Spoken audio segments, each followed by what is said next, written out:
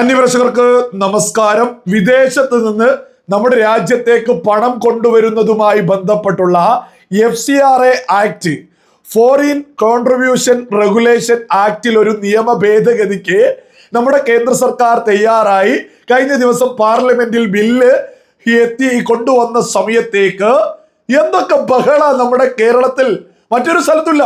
കേരളത്തിലെ ജാതി ബഹള. അതുമായി ബന്ധപ്പെട്ട് തരൂരൊക്കെ എന്ത് തേങ്ങയാ ഈ വിളിച്ചു പറയുന്നത്? നിങ്ങൾ അതൊന്ന് കേട്ടോക്കൂ. ഈ FCRA വിഷയം ഞാൻ പറയുന്നുണ്ടായിരുന്നു, ഭയങ്കര അന്യായമാണ്.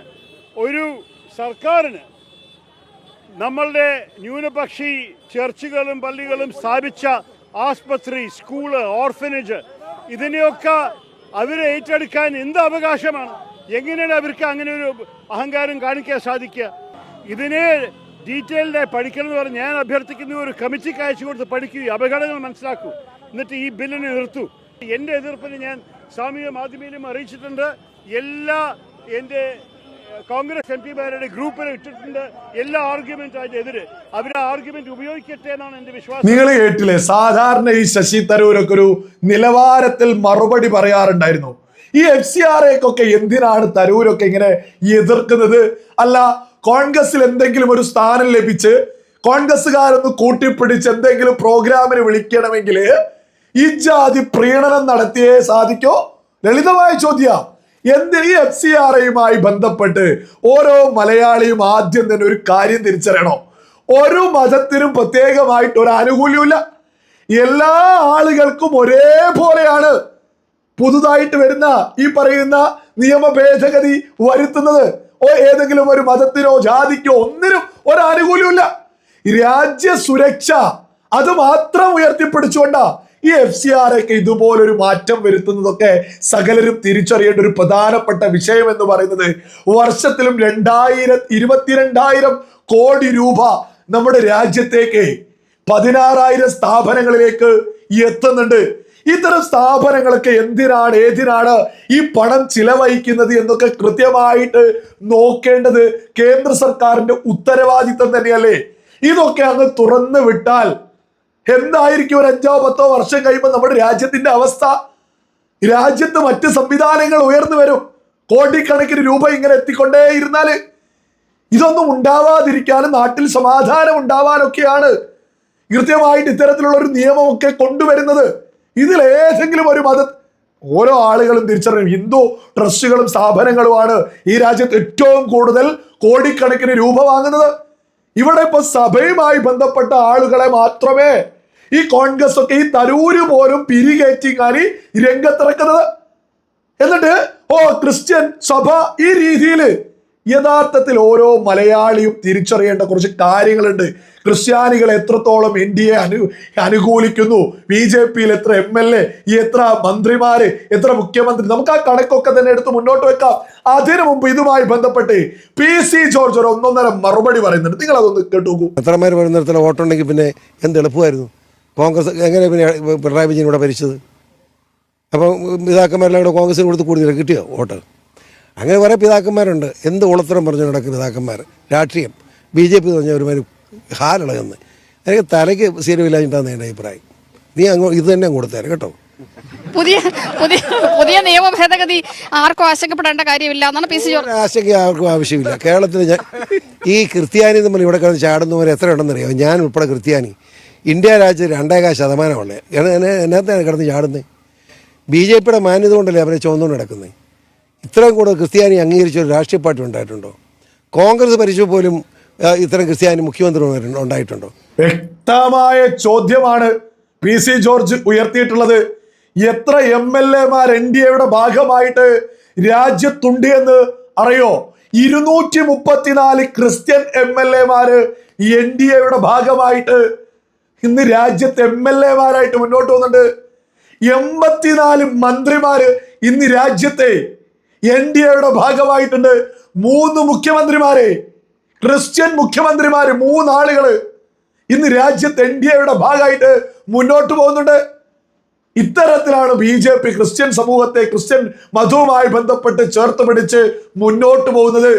അപ്പോ PC ജോർജ് പറയുന്നത് പോലെ തന്നെ ചില ആളുകള് കോൺഗ്രസിന് വേണ്ടിയിട്ട് ഒരുപാട് കാലമായിട്ട് വെള്ളം കോരുന്നുണ്ട്.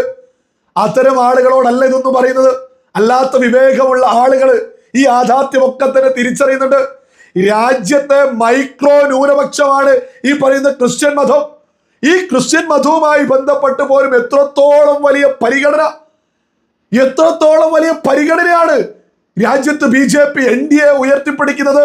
234 MLA NDA ഉയർത്തിപ്പിടിക്കുന്നു എന്ന് പറയുമ്പോ ഈ രാജ്യത്തെ കോൺഗ്രസിന്റെ മുന്നണി വെറും 34 MLA മാത്രമേ ക്രിസ്ത്യൻ MLA ഉള്ളൂ. രാജ്യത്തെ എണ്ണായി പറയുന്നത് വെറും 34 എണ്ണം ക്രിസ്ത്യൻ മതവുമായി ബന്ധപ്പെട്ട് ഈ കോൺഗ്രസ് ഉയർത്തിപ്പിടിച്ച് മുന്നോട്ട് പോകുന്നുള്ളൂ. ഇതൊക്കെ കോൺഗ്രസിന് വേണ്ടി വെള്ളം കോരുന്ന അച്ഛന്മാരൊക്കെ ഒന്ന് മനസ്സിലാക്കണം. ഇവിടെ ക്രിസ്ത്യൻ സമുദായത്തേക്ക് നെഞ്ചോട് ചേർത്ത് പിടിച്ച് മുന്നോട്ട് പോകുന്നത് BJP ആണ്. തർക്കമില്ലാത്ത വിഷയ. ഈ FCR ഒക്കെ ആയി ബന്ധപ്പെട്ട് ഈ പറയുന്നത് പോലെ സഭക്കൊക്കെ എന്തെങ്കിലും വരുത്തുന്ന രീതിയിൽ നിങ്ങളൊക്കെ എന്താ കരുതുന്നത്? 3 ക്രിസ്ത്യൻ മുഖ്യമന്ത്രിമാരുള്ള 84ഓളം ക്രിസ്ത്യൻ മന്ത്രിമാരുള്ള 234 ക്രിസ്ത്യൻ MLA ഒരു മുന്നണി ഇതുപോലൊരു നിയമ ഭേദഗതിയൊക്കെ കൊണ്ടുവന്ന് ഒരു മതത്തിനെ തന്നെ ഉപദ്രവിക്കുമെന്നൊക്കെ ഏതെങ്കിലും വിവേകമുള്ള ആർക്കെങ്കിലും വിശ്വസിക്കാൻ സാധിക്കുമോ? ഇവിടെ ഒരു മതങ്ങൾക്കും ഒരു ആനുകൂല്യമില്ല. ഇവിടെ കൃത്യമാണ് നല്ല രീതിക്ക് മുന്നോട്ട് പോകുന്ന എല്ലാവർക്കും ഇതേ രീതിയിൽ FCRA പ്രകാരം തന്നെ വിദേശത്ത് നിന്ന് ഫണ്ടൊക്കെ വാങ്ങാം. ഒരു പ്രശ്നമില്ല, ഒരു വിഷയമില്ല. അതേസമയം വിദേശത്ത് നിന്ന് വരുന്ന കോടിക്കണക്കിന് രൂപ എന്തിനാണോ കൊണ്ടുവന്നത്, അത് വിദ്യാഭ്യാസ സ്ഥാപനം തുടങ്ങാൻ അല്ലെങ്കിൽ ചാരിറ്റി, അത് ഏത് മേഖല ആയിക്കൊള്ളട്ടെ, അതത് മേഖലകൾക്ക് ചിലവഴിച്ചില്ലെങ്കിൽ മാത്രമേ കേന്ദ്ര സർക്കാരിന്റെ ഉദ്യോഗസ്ഥ തലത്തിലുള്ള ഒരു പിടുത്തം വരൂ. ഇനി മറ്റൊരു വലിയ ആശങ്കയായിട്ട് ഇവിടെ പറയുന്നത് ഈ പറയുന്ന FCRA റദ്ദു ചെയ്തു കഴിഞ്ഞാൽ സ്ഥാപനങ്ങൾ പിന്നീട് അതൊക്കെ അങ്ങ് കേന്ദ്ര ഗവൺമെന്റിലേക്ക് പോകുമോ, അതെങ്ങനെയാവും എന്നൊക്കെ ഒരു ആശങ്ക വലിയ രീതിയിൽ ഉയർത്തിപ്പിടിക്കുന്നുണ്ട്. അത് തന്നെയാണ് കോൺഗ്രസ് ഇങ്ങനെ മൂട്ടിൽ തീയിട്ട് കൊടുത്ത് ഇങ്ങനെ പൊക്കിപ്പിടിക്കുന്നത്. യഥാർത്ഥത്തിൽ ഇത് റദ്ദ് ചെയ്ത് കഴിഞ്ഞാൽ പോലും അമ്പലമാണെങ്കിൽ ആ രീതിയിൽ, ക്ഷേത്രമാണെങ്കിൽ ആ രീതിയിൽ, പള്ളിയാണെങ്കിൽ ആ രീതിയിൽ, ഒരു ആരാധനാലയങ്ങളുടെയും സ്വഭാവം മാറ്റാതെ അതേ രീതിയിൽ തന്നെ മുന്നോട്ട് പോകും കാലാകാലവും. കാര്യങ്ങൾ കൈകാര്യം ചെയ്യുന്നത് രാജ്യത്തെ നിയമ സംവിധാനം, ഏതെങ്കിലും പാർട്ടിയല്ല, രാജ്യത്തെ നിയമ സംവിധാനം. ഇതൊക്കെ രാജ്യത്തിന്റെ ഈ കാലഘട്ടത്തിൽ ഇതൊക്കെ വളരെ വലിയ അത്യാവശ്യ. ലോകം മൊത്തം നിങ്ങളൊക്കെ ഒന്ന് കണ്ണോടിച്ചു നോക്കണം. ഓരോ രാജ്യങ്ങൾ കുട്ടിച്ചോറാക്കുക. ക്രിസ്ത്യൻ ഭൂരിപക്ഷ രാജ്യമായിട്ടുള്ള ലബനാന്റെ അവസ്ഥ എന്താ? ഇപ്പൊ ഹിസ്ബുല്ല എന്ന ഭീകര സംഘടന, ഒരു ജിഹാദി ഭീകര സംഘടന അവിടെ വളർന്ന് ഈ രാജ്യം തന്നെ കൈകാര്യം ചെയ്യുക. ഇങ്ങനെ ഓരോ രാജ്യങ്ങളിലും എന്തെന്താ നടക്കുന്നത് എന്ന് നോക്കുമ്പോ കേന്ദ്ര സർക്കാർ ഇതൊന്നും ചെയ്യാൻ ഒരിക്കലും വൈകരുത് എന്ന് ബോധമുള്ള ഏതൊരു ഇന്ത്യക്കാരനും ഉയർത്തിപ്പിടിക്കാൻ സാധിക്കൂ. FCRA ഒക്കെ നമ്മുടെ രാജ്യത്ത് വളരെ പെട്ടെന്ന് തന്നെ അതിന്റെയൊക്കെ ബില്ലൊക്കെ വളരെ പെട്ടെന്ന് രാജ്യത്ത് നടപ്പിലാക്കണം. ഒരു തർക്കമില്ലാത്ത വിഷയം. ഇതൊരു മതത്തിനും ഒരു ആനുകൂല്യമില്ല. എല്ലാവരും ഒരുപോലെ നേരാവണം. കട്ടുമുടിച്ചു പോകുന്നവർ, ഈ പണം വരുന്നതൊക്കെ സ്വന്തം പോക്കറ്റിലേക്കോ മറ്റ് തീവ്രവാദ പ്രവർത്തനങ്ങളിലേക്കോ കൊണ്ടുപോകുന്നവർ മാത്രം വെപ്രാളവുമായിട്ട് രംഗത്തെത്തിയാൽ മതി. ഇപ്പൊ നിലവിൽ സഭാ നേതൃത്വത്തെ കോൺഗ്രസ് ഈ തരൂരിനെ പോലുള്ള ആളുകൾ പോലും ഈ രംഗത്തെത്തി പറഞ്ഞ് വഞ്ചിച്ചിരിക്കുകയാണ് എന്നുള്ളതാണ് വലിയ യാഥാർത്ഥ്യം. സഭാ നേതൃത്വത്തോട്, വിവേകമുള്ള സകല അച്ഛന്മാരോടൊക്കെ പറയാനുള്ളത്, നമ്മുടെ രാജ്യം എല്ലാവരെയും ഒരുപോലെ കൂട്ടിപ്പിടിച്ച് തന്നെയാ മുന്നോട്ട് പോകുന്നത്.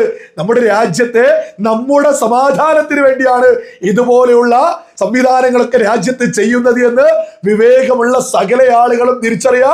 കോൺഗ്രസ് ചെയ്തു കൂട്ടിയതിന്റെ ഫലം ഇന്നും മുനമ്പത്തൊക്കെ ഇതേ സമുദായവുമായി ബന്ധപ്പെട്ട് അനുഭവിച്ചു പോകുന്നുണ്ട് എന്നുള്ളതൊന്നും ഒരു അച്ഛന്മാരും ഒരിക്കലും മറക്കരുത്. നമ്മുടെ രാജ്യത്തിന്റെ സുരക്ഷയാണ്.